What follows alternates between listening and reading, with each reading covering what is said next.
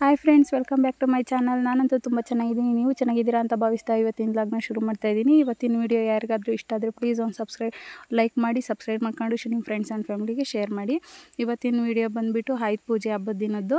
ಬಾಳೆಕನ್ನ ಇಲ್ಲೇ ಪಕ್ಕದ ತೋಟದಲ್ಲಿತ್ತು, ನಾವು ಹಾಕಿಲ್ಲ ಫ್ರೆಂಡ್ಸ್, ಅಲ್ಲಿ ಕುಯ್ಕೊಂಬಂದೆ. ನೋಡಿ, ನನ್ನ ಮಗನಂತೂ ಸೈಕಲೆಲ್ಲ ತೊಳೆಯೋಕ್ಕೆ ಕಳಿಸ್ಬಿಟ್ಟು ನನ್ನ ಮಗಳು ಒಳಗಡೆ ಫ್ರಿಜ್ಜು ಬೀರು ಎಲ್ಲ ಒರೆಸ್ಬಿಟ್ಟು ಅವಕ್ಕೆಲ್ಲ ಅರಿಶಿನ ಕುಂಕುಮ ಇಡ್ತಾ ಇದ್ದಾಳೆ. ಫ್ಯಾನ್ ಎಲ್ಲ ಒರೆಸ್ಬಿಟ್ಟು, ಹೆಣ್ಮಕ್ಳಿದ್ರೆ ಮನೇಲಿ ಹಂಗೆ ಫ್ರೆಂಡ್ಸ್ ಏನಾದರೂ ಕೆಲಸ ಮಾಡಿಕೊಡ್ತಾ ಇರ್ತಾರೆ. ರಜೆ ಇರೋದ್ರಿಂದ ನನಗೆ ಅರ್ಧ ಕೆಲಸ ಮಾಡಿಕೊಡ್ತಾರೆ ನನ್ನ ಮಕ್ಕಳು.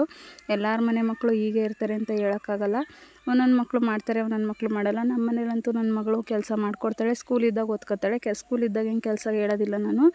ಸ್ಕೂಲಿಲ್ಲ, ಇವಾಗ ರಜೆ ಇರೋದ್ರಿಂದ ಎಲ್ಲ ಕೆಲಸನೂ ನೋಡಿ, ಪೂಜೆದಂತೂ ಎಲ್ಲ ಫುಲ್ ಅವಳೇ ಮಾಡ್ತಿರೋದು. ಪ್ರತಿಯೊಂದು ಆಯುಧನೂ ಒಂದು ಹತ್ರ ಇಟ್ಬಿಟ್ಟು ಎಲ್ಲ ಅದಕ್ಕೆ ಅರಿಶಿನ ಕುಂಕುಮ ವಿಭೂತಿ ಎಲ್ಲ ಇಟ್ಬಿಟ್ಟು ಫಸ್ಟು ತೊಳೆದು ಎಲ್ಲ ರೆಡಿ ಮಾಡ್ತಿದ್ದಾಳೆ. ಒಂದು ಕಡೆಯಿಂದ ಎಲ್ಲ ಕಟ್ಟಿಬಿಟ್ಟು ಬಾಳೆ ಎಲೆ, ಬಾಳೆಕಂದು, ಆಮೇಲೆ ಹೂವು ಎಲ್ಲ ಹಾಕಿ ರೆಡಿ ಮಾಡ್ತಿದ್ದಾಳೆ. ಬೆಳಗ್ಗೆ ಸ್ನಾನ ಫಸ್ಟ್ ಮಾಡ್ಕೊಂಬಿಟ್ಟೆ ಇದೆಲ್ಲ ಮಾಡ್ತಾ ಇರೋದು ಫ್ರೆಂಡ್ಸ್. ಸ್ನಾನ ಮಾಡ್ಕೊಂಡು ಅವಳೆಲ್ಲ ಮಾಡ್ತಿದ್ದಾಳೆ. ಪೂಜೆ ಒಂದು ಮುಗಿಸ್ಬಿಟ್ಲು ಅಂತಂದರೆ ಆಮೇಲೆ ನಾನು ಹೋಗ್ಬಿಟ್ಟು ಸ್ವಲ್ಪ ನೈವೇದ್ಯಕ್ಕೆ ಶಾವಿಗೆ ಪಾಯಸ ಮಾಡ್ಕೊಡೋಣ ಅಂತಂದು ಅವಳಿಗೆಲ್ಲ ಫಸ್ಟು ಕಸ ಎಲ್ಲ ಗುಡಿಸ್ಬಿಟ್ಟು ಎಲ್ಲ ತೊಳೆದ್ಕೊಟ್ಟೆ.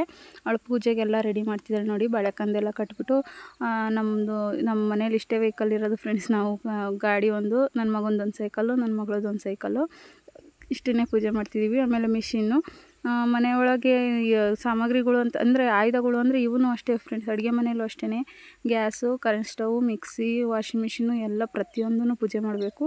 ಪ್ರತಿಯೊಂದನ್ನು ನಾನು ಎಲ್ಲ ತೊಳೆದ್ಬಿಟ್ಟು ಪೂಜೆ ಮಾಡಿ ನೋಡಿ, ಇವಾಗ ನೈವೇದ್ಯ ಮಾಡೋಣ ಅಂತ ಅಡುಗೆ ಮನೆಗೆ ಬಂದೆ. ಪೂಜೆ ಆಚೆ ಕಡೆ ಪೂಜೆ ಅಂತೂ ಮುಗ್ದೋಯ್ತು. ನೈವೇದ್ಯವನ್ನು ಮಾಡ್ಕೊಂಬಿಟ್ಟು ಕೆಳಗಡೆ ಬೋರ್ಗಳೆಲ್ಲ ಪೂಜೆ ಮಾಡ್ಕೊಂಬರೋಣ ಅಂತಂದು ನೈವೇದ್ಯ ಮಾಡೋಕ್ಕೆ ಬಂದೆ. ನೈವೇದ್ಯಗೆ ಅಂತಂದು ಸ್ವಲ್ಪ ಶಾವಿಗೆ ಪಾಯಸ ಮಾಡ್ತಾಯಿದ್ದೀನಿ.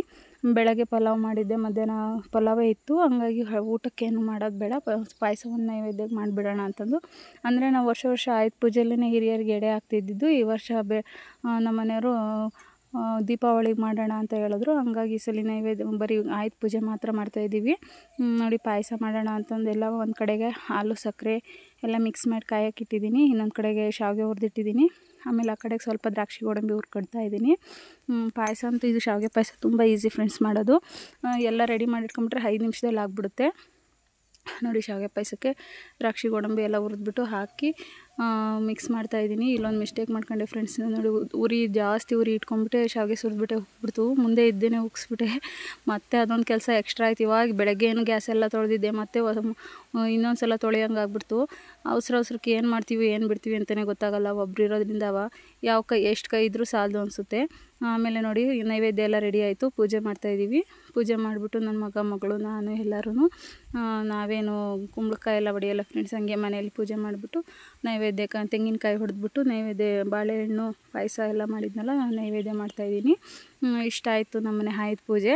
ಆಮೇಲೆ ಇದೆಲ್ಲ ಆದಮೇಲೆ ನೆಕ್ಸ್ಟು ಕೆಳಗಡೆ ಬೋರ್ ಪೂಜೆ ಮಾಡ್ಕೊಂಬರೋಣ ಅಂತ ಎಲ್ಲ ಮಕ್ಕಳು ನಾವು ಎಲ್ಲ ಹೋಗ್ಬಿಟ್ಟು ಬೋರ್ನು ಪೂಜೆ ಮಾಡ್ಕೊಂಬರ್ತಾಯಿದ್ದೀವಿ.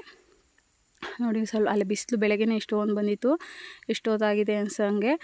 ನೋಡಿ, ಅಷ್ಟೇ ಬೆಳಗ್ಗೆ ಬೋರ್ನು ಅಷ್ಟೇ, ಬೋರ್ಗೂ ಎಲ್ಲ ಒಂದೊಂದು ಬಾಳೆಕಂದು ಕಟ್ಬಿಟ್ಟು ಎಲ್ಲ ಒರೆಸಿ ಪೂಜೆ ಮಾಡಿಬಿಟ್ಟು ನೀಟಾಗೆ ಬೋರಿಗೂ ಎಲ್ಲ ಬಾಳೆಹಣ್ಣು, ತೆಂಗಿನಕಾಯಿ, ಆಮೇಲೆ ಪಾಯಸ ಎಲ್ಲ ನೈವೇದ್ಯ ಮಾಡ್ಕೊಂಡು ಮನೆಗೆ ಬಂದ್ವಿ. ಮತ್ತು ಪಾಯಸ ಪಲಾವೇ ತಿನ್ಕೊಬಿಟ್ಟು ಮಲ್ಕೊಂಡ್ವಿ. ಇನ್ನು ರಾತ್ರಿ ಊಟಕ್ಕೆ ಏನು ಮಾಡೋದು ಅಂದ್ಕೊಂಬಿಟ್ಟು ಸ್ವಲ್ಪ ಫ್ರೈಡ್ ರೈಸ್ ಮಾಡಿಬಿಡೋಣ ಅಂತ ಎಲ್ಲ ರೆಡಿ ಮಾಡಿ ಇಟ್ಕೊಂಡಿದ್ದೀನಿ. ನೋಡಿ, ಸಣ್ಣದಾಗಿ ಕಟ್ ಮಾಡಿಕೊಂಡು ಮೊದಲಿಗೆ ಒಂದು ಪ್ಯಾನ್ ಇಟ್ಕೊಂಬಿಟ್ಟು ಆಯಿಲ್ ಹಾಕ್ತಾಯಿದ್ದೀನಿ. ಈ ಫ್ರೈಡ್ ರೈಸು ಯಾವ ಸಾಸನ್ನು ಉಪಯೋಗಿಸ್ದಂಗೆ ಮನೇಲೇ ಟಿಫನ್ ಬಾಕ್ಸಿಗೆಲ್ಲ ಮಕ್ಕಳಿಗೆ ತುಂಬ ಚೆನ್ನಾಗಿರುತ್ತೆ ಫ್ರೆಂಡ್ಸ್. ಮಾಡಿಬಿಟ್ಟು ನೋಡಿ, ಸಾಸ್ಗಳೆಲ್ಲ ಹಾಕಿರೋ ಕೆಮಿಕಲ್ ಥರ ಮಕ್ಕಳಿಗೆ ಆರೋಗ್ಯ ಕೆಡುತ್ತೆ. ಈ ಥರ ಮಾಡೋದ್ರಿಂದ ಯಾವುದೇ ರೀತಿಯ ಹೆಲ್ತ್ಗೆ ತೊಂದರೆ ಆಗೋದಿಲ್ಲ. ನೋಡಿ, ಮೊದಲಿಗೆ ಸಾಸಿವೆ ಜೀರಿಗೆ ಹಾಕ್ಬಿಟ್ಟು ಈರುಳ್ಳಿ ಹಾಕ್ಬಿಟ್ಟು ಬಾಡಿಸ್ತಾ ಇದ್ದೀನಿ. ಈರುಳ್ಳಿ ಸ್ವಲ್ಪ ಬಾಡಿದ ಮೇಲೆ ಶುಂಠಿ ಬೆಳ್ಳುಳ್ಳಿ ಸ್ವಲ್ಪ ಹಸಿಮೆಣ್ಸಿನ್ಕಾಯಿ ಜಜ್ಜಿಟ್ಕೊಂಡಿದ್ದು ಪೇಸ್ಟ್ ಮಾಡಿ ಇಟ್ಕೊಂಡಿದ್ದೀನಿ ತರಿಯಾಗಿ, ಅದನ್ನು ಹಾಕ್ತಾಯಿದ್ದೀನಿ. ಶುಂಠಿ ಬೆಳ್ಳುಳ್ಳಿ ಪೇಸ್ಟ್ ಇದ್ದರೆ ಹಾಕ್ಕೋಬೋದು. ನಾನು ಇರಲಿಲ್ಲ, ಹಂಗಾಗ್ಬಿಟ್ಟು ಶುಂಠಿ ಬೆಳ್ಳುಳ್ಳಿ ಸ್ವಲ್ಪ ಒಂದು 2-3 ಹಸಿಮೆಣ್ಸಿನ್ಕಾಯಿ ಬಾಯಿಗೆ ಸಿಗುತ್ತೆ ಅಂತಂದು ಪೇಸ್ಟ್ ಮಾಡಿ ಇಟ್ಕೊಂಡಿದ್ದನ್ನ ಮಿಕ್ಸ್ ಮಾಡ್ತಾಯಿದ್ದೀನಿ. ಇದೆಲ್ಲ ಆದಮೇಲೆ ಒಂದೊಂದಾಗಿ ತರಕಾರಿನ ಆ್ಯಡ್ ಮಾಡ್ತಾ ಹೋಗಬೇಕು. ತರಕಾರಿ ಏನಿಲ್ಲ, ಬೀನ್ಸು, ಕ್ಯಾರೆಟು, ಕ್ಯಾಬೇಜು ಮತ್ತು ಕ್ಯಾಪ್ಸಿಕಮ್ಮು ಇಷ್ಟು ತೊಗೊಂಡಿದ್ದೀನಿ. ಫಸ್ಟ್ ಬೀನ್ಸ್ ಹಾಕ್ತಾಯಿದ್ದೀನಿ. ಸ್ವಲ್ಪ ಲೇಟಾಗಿ ಬೇಯೋ ಥರದ್ದೆಲ್ಲ ಬೇಗ ಹಾಕ್ಕೊಂಡ್ಬಿಟ್ಟು ಫ್ರೈ ಮಾಡ್ಕೋಬೇಕು. ಇದು ಸ್ವಲ್ಪ ಎಣ್ಣೆಲೇ ಫ್ರೈ ಆಗಬೇಕು. ಇದಕ್ಕೆ ನೀರೆಲ್ಲ ಹಾಕಿ ಬೇಯಿಸೋಂಗಿಲ್ಲ. ಕ್ಯಾರೆಟ್ನ ಸಣ್ಣದಾಗಿ ಹೆಚ್ಚಿದ್ರೆ ಬೇಗ ಬೇಯಲ್ಲ ಅಂತಂದ್ಬಿಟ್ಟು ಕೊಬ್ಬರಿ ತುರಿಯೋದ್ರೊಳಗೆ ತುರಿದಿಟ್ಕೊಂಡಿದ್ದೀನಿ. ಈ ಥರ ಚೆನ್ನಾಗಿರುತ್ತೆ, ಬೇಗ ಬೇಯುತ್ತೆ ಅಂತ. ನೋಡಿ, ಎಲ್ಲ ಒಂದೊಂದಾಗಿ ಫ್ರೈ ಆಗ್ತಾ ಎಲ್ಲ ತರಕಾರಿನೂ ಮಿಕ್ಸ್ ಮಾಡಬೇಕು. ಮಿಕ್ಸ್ ಮಾಡಿದ್ಮೇಲೆ ಕ್ಯಾಬೇಜನ್ನು ಹಾಕಿ ಮಿಕ್ಸ್ ಮಾಡಿದ್ಮೇಲೆ ಲಾಸ್ಟಲ್ಲಿ ಮಾಡಿಟ್ಕೊಂಡಿರೋಂಥ ರೈಸ್ನ ಹಾಕಿಬಿಟ್ಟು ಒಂದೊಂದಾಗಿ ಸ್ಪೈಸಸ್ನ ಆ್ಯಡ್ ಮಾಡ್ತಾ ಹೋಗಬೇಕು. ಒನ್ ಟೈಮ್ಗಂತೂ ತುಂಬ ಚೆನ್ನಾಗಿರುತ್ತೆ ಫ್ರೆಂಡ್ಸ್. ರೋಡ್ ಸೈಡ್ ಹೇಗಿರುತ್ತೋ ಹಾಗೆ ಇರುತ್ತೆ. ಯಾವ ಥರದ್ದೇ ಸಾಸ್ ಅಂತೂ ಯೂಸ್ ಮಾಡಿಲ್ಲ. ರೋಡ್ ಸೈಡ್ ಇನ್ನೇನು ಸಾಸ್ ಒಂದು ಎಕ್ಸ್ಟ್ರಾ ಹಾಕಿರ್ತಾರೆ ಅಷ್ಟೇ. ಈ ಥರ ಒಂದ್ಸಲಿ ಮಾಡ್ಕೊಂಡು ನೋಡಿ, ನಿಮಗೂ ಟೇಸ್ಟ್ ಅಂತೂ ತುಂಬ ಚೆನ್ನಾಗಿರುತ್ತೆ. ನಾನು ಮನೇಲಿ ಇದೇ ಥರನೇ ಒಂದೊಂದು ದಿನ ಲಂಚ್ ಬಾಕ್ಸಿಗೂ ಮಾಡ್ತೀನಿ. ಮತ್ತು ಸಂಜೆ ಟೈಮು ಸಾಂಬಾರೆಲ್ಲ ಮಾಡಿರಲ್ಲ ಒಂದೇ ಸಲ, ಏನು ಮಾಡೋದು, ಅಡುಗೆ ಎಲ್ಲ ಜಾಸ್ತಿ ಮಾಡಬೇಕು, ಹೆವಿ ಆಗುತ್ತೆ, ಆಮೇಲೆ ಸುಸ್ತಾಗಿದೆ, ಸಾಕಾಗಿದೆ ಅನ್ನೋ ಟೈಮಲ್ಲಿ ಈ ಥರ ಏನಾದರೂ ಸಂಜೆ ಟೈಮು ಉಪ್ಪಿಟ್ಟಾಗಲಿ, ಈ ಥರ ಫ್ರೈಡ್ ರೈಸ್ ಆಗಲಿ ಏನಾದರೂ ಒಂದು ಮಾಡ್ತಾಯಿರ್ತೀನಿ. ಆಮೇಲೆ ನೋಡಿ ಎಷ್ಟು ಚೆನ್ನಾಗಿ ತರಕಾರಿ ಎಲ್ಲ ನೀಟಾಗಿ ಬೆಂದಿದೆ. ಇವಾಗ ಫಸ್ಟೇ ರೈಸ್ ಮಾಡ್ಕೊಂಬಿಟ್ಟು ಸ್ವಲ್ಪ ತಟ್ಟೆಗೆಲ್ಲ ಹಾರಾಕ್ಬಿಟ್ಟಿದ್ದೆ. ಈ ಥರ ರೈಸ್ನ ಕ್ಲೀನಾಗಿ ಹಾರಾಕ್ಬಿಟ್ರೆ ಹುಡಿ ಹುಡಿಯಾಗಿ ಬಂದುಬಿಡುತ್ತೆ. ನೋಡಿ ರೈಸ್ ಅಂತೂ ಹಾಕಿದ್ದೀನಿ. ಇದಕ್ಕೆ ಒಂದೊಂದಾಗಿ ಸ್ಪೈಸಸ್ ಆ್ಯಡ್ ಮಾಡ್ತಾ ಹೋಗಿ ಮೊದಲಿಗೆ ಪೆಪ್ಪರ್ ಪೌಡ್ರನ್ನ ಹಾಕ್ತಾಯಿದ್ದೀನಿ. ಪೆಪ್ಪರ್ ಪೌಡ್ರು, ಆಮೇಲೆ ಚಾಟ್ ಮಸಾಲ, ಮನೇಲಿ ಏನಿರುತ್ತೋ ಅದು, ಇದೆಲ್ಲ ಇಲ್ಲದಿದ್ರೂ ಪೆಪ್ಪರು ಜೀರಿಗೆ ಪುಡಿ ಹಾಕಿದರೂ ಸಾಕು, ಟೇಸ್ಟ್ ಬರುತ್ತೆ. ಸ್ವಲ್ಪ ಗರಂ ಮಸಾಲ, ಚಾಟ್ ಮಸಾಲ, ಪೆಪ್ಪರು, ಜೀರಾ ಪೌಡ್ರು, ಆಮೇಲೆ ಸ್ವಲ್ಪ ಸಾಲ್ಟು, ಆಮೇಲೆ ಫ್ರೈಡ್ ರೈಸ್ ಪೌಡರ್ ಅಂತ ಸಿಗುತ್ತೆ ಅಂಗಡೀಲಿ, ಅದನ್ನು ಹಾಕಿದರೂ ಅಷ್ಟೇ ತುಂಬ ಟೇಸ್ಟ್ ಬರುತ್ತೆ. ಅದನ್ನು ಸ್ವಲ್ಪ ಹಾಕಿದ್ದೀನಿ. ಇದನ್ನೆಲ್ಲ ಹಾಕಿಬಿಟ್ಟು ನೀಟಾಗಿ ಒಂದು ಮಿಕ್ಸ್ ಕೊಟ್ಬಿಟ್ರೆ ಫ್ರೈಡ್ ರೈಸ್ ಅಂತೂ ಸೂಪರಾಗಿ ರೆಡಿ ಆಗುತ್ತೆ. ನಿಂಬೆಹಣ್ಣು ಇದ್ದರೆ ಸ್ವಲ್ಪ ನಿಂಬೆಹಣ್ಣು ಹಿಂಡ್ಕೊಳ್ಳಿ, ತುಂಬ ಚೆನ್ನಾಗಿರುತ್ತೆ. ನಮ್ಮ ಮನೇಲಿ ನಿಂಬೆಹಣ್ಣು ಇರಲಿಲ್ಲ, ಎಲ್ಲ ಗಾಡಿಗೆಲ್ಲ ಕಟ್ಬಿಟ್ಟಿದ್ವಲ್ಲ, ಹಂಗಾಗಿ ನಿಂಬೆಹಣ್ಣು ಹಾಕಲಿಲ್ಲ. ಇದಷ್ಟು ಪೌಡ್ರ್ ಹಾಕೊಂಡು ನೀಟಾಗಿ ಚೆನ್ನಾಗಿ ಎಲ್ಲ ಕಡೆಯೂ ಸ್ಪ್ರೆಡ್ ಆಗಂಗೆ ಎಲ್ಲ ಮಿಕ್ಸ್ ಮಾಡ್ಕೊಂಬಿಡಿ.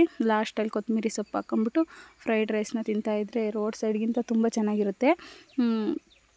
ಫ್ರೈಡ್ ರೈಸ್ ಈ ಥರ ಒಂದು ಸಲ ಮಾಡ್ಕೊಂಡು ತಿಂದು ನೋಡಿ ಫ್ರೆಂಡ್ಸು. ಹೊರಗಡೆ ಒಂದು ಬೌಲಿಗೆ 40 ರುಪೀಸು 50 ರುಪೀಸ್ ಕೊಟ್ಟು ಮಾಡ್ಕೊಂಡು ತಿನ್ನೋದ್ಕಿಂತ ಈ ಥರ ಮಾಡಿದ್ರೆ ಮನೇಲಿ ಎಲ್ಲರೂ ತಿಂತಾರೆ.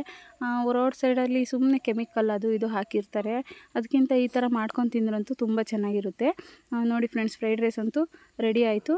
ಇವಾಗ ತಿನ್ನೋದೊಂದೇ ಬಾಕಿ. ಇವತ್ತಿನ ಲಾಗ್ ಇಷ್ಟ ಆಯಿತು ಫ್ರೆಂಡ್ಸ್. ಈ ಲಾಗ್ ನಿಮಗೆ ಇಷ್ಟ ಆಯಿತು ಅಂದರೆ ಪ್ಲೀಸ್ ನನ್ನ ಚಾನಲ್ಗೆ ಸಬ್ಸ್ಕ್ರೈಬ್ ಮಾಡ್ಕೊಳ್ಳಿ, ನಿಮ್ಮ ಫ್ರೆಂಡ್ಸ್ ಆ್ಯಂಡ್ ಫ್ಯಾಮಿಲಿಗೆ ಶೇರ್ ಮಾಡಿ, ಒಂದು ಲೈಕ್ ಮಾಡಿ ಫ್ರೆಂಡ್ಸ್ ಪ್ಲೀಸ್, ನನಗೂ ಸಪೋರ್ಟ್ ಮಾಡಿ. ಇವತ್ತಿನ ಲಾಗ್ ಇಷ್ಟೇ ನೋಡಿ ಫ್ರೆಂಡ್ಸು. ಇಷ್ಟೊತ್ತವರೆಗೂ ನೀವೆಲ್ಲ ಲಾಗ್ನ ನೋಡಿದ್ದಕ್ಕೆ, ವಿಡಿಯೋನ ವಾಚ್ ಮಾಡಿದ್ದಕ್ಕೆ thank you for the watching. Thank you.